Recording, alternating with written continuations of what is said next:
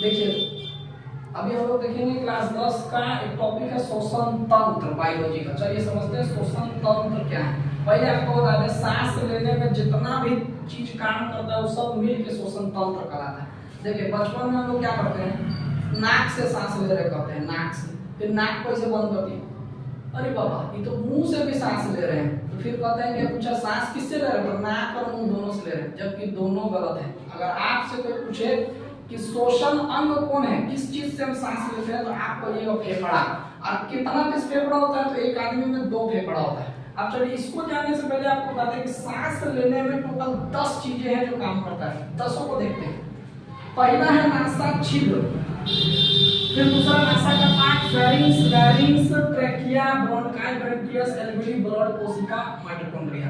देखिए सबसे पहले नासा छिद्र। नासा छिद्र मतलब नाक का छेदा, वहां इससे जाता है हवा लिए, इससे चला गया।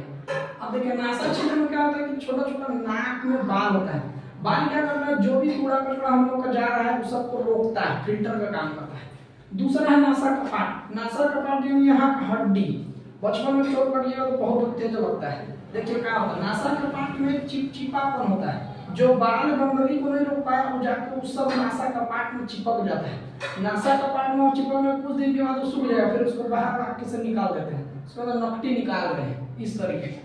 उसके बाद तीसरा है फेरिंग्स है। फेरिंग्स मतलब होता है मुंह का जो खाली हिस्सा है, नाक और मुंह कहीं से जो खाली हिस्सा मिल जाएगा। फिर है कंठ यहाँ पर, उसके बाद से हम लोगों का कहानी इधर शुरू होता है, ट्रेकिया, ब्रोंकाई। फिगर में देखिए, ये देखिए ये जो नली है, नली इसको कहते हैं ट्रेकिया, हिंदी में इसको कहते हैं श्वसन नली। ट्रेकिया एक हिस्सा में आ रहा है तो श्वसन नली, ये 2 हिस्सा में बट गया तो श्वासनी, जिसको ब्रोंकाई कहते हैं। और लंग्स के अंदर, फेफड़ा के अंदर एक एक पीस धंस गया, उसके बाद ये कई हिस्सा में बट गया छोटा छोटा छोटा छोटा, तो इसको फिर कहते हैं श्वासनिका, ब्रोंक्यूलेस। और फिर यहाँ पर छोटा छोटा इस तरीके का जो कमरा जैसा बना है, इसको कहते हैं कुपिका, इसको कहते हैं एल्वोली। अब देखिए ध्यान से, सांस लिए नाक मुंह से होते हुए यहाँ आ गया, और यहाँ से श्वासनली से आएगा, फिर 2 हिस्सा में बटेगा फेफड़ा में, फेफड़ा के बाद ये यहाँ पर कुपिका में, कुपिका में ही सब का सब हवा जा करके जमा हो जाता है। जैसे लिए तो ऑक्सीजन आ जाता है, कौन आ जाता है, ऑक्सीजन आ जाता है। अब यहाँ पर कुपिका में बहुत सारा रुधिर वाहिका है, खून है, ये सब को लेके जाएगा फटाक से हम लोग कोशिका तक, और सब कोशिका को कहेगा देखो ऑक्सीजन आए, ले लो ले लो ले लो, फटाफट ऑक्सीजन देना चालू करेगा, और वापस कार्बन डाइऑक्साइड को भी लेगा, कार्बन डाइऑक्साइड है, कार्बन डाइऑक्साइड है, दे दो, फिर सबको वापस लाके यहीं दे देगा, और फिर सबको बाहर छोड़ेगा। अब देखिए होता क्या है, लंग्स सांस को लिया, हवा दे दी, अब ले तो लिया, लेकिन इसके पास इतना पावर नहीं कि इसको बाहर छोड़ दे। इसको बाहर छोड़ने में मदद करता है, ये देखिए डायफ्राम, ले लिया, अब डायफ्राम को कहता है, और जल्दी ढकेलो हमसे नहीं होगा, डायफ्राम इसको ढकेलता है तो सब का सांस बाहर, कार्बन डाइऑक्साइड बाहर, तो डायफ्राम बहुत मदद करता है, 70% सांस लेने में डायफ्राम मदद करता है। अब एक तो सबसे खासियत इसका ये है कि ऑक्सीजन को ही लेता है और कार्बन डाइऑक्साइड को छोड़ता है, लेकिन इसको सबसे ज्यादा पसंद है मोनोऑक्साइड, धुआं।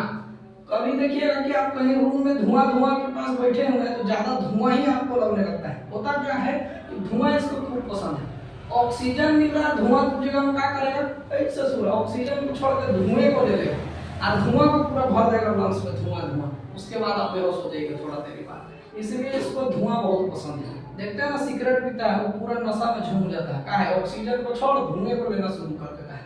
अब देखो बच्चों, आपको लिखना है श्वसन तंत्र क्या है, 10 को याद कर लीजिएगा ध्यान से।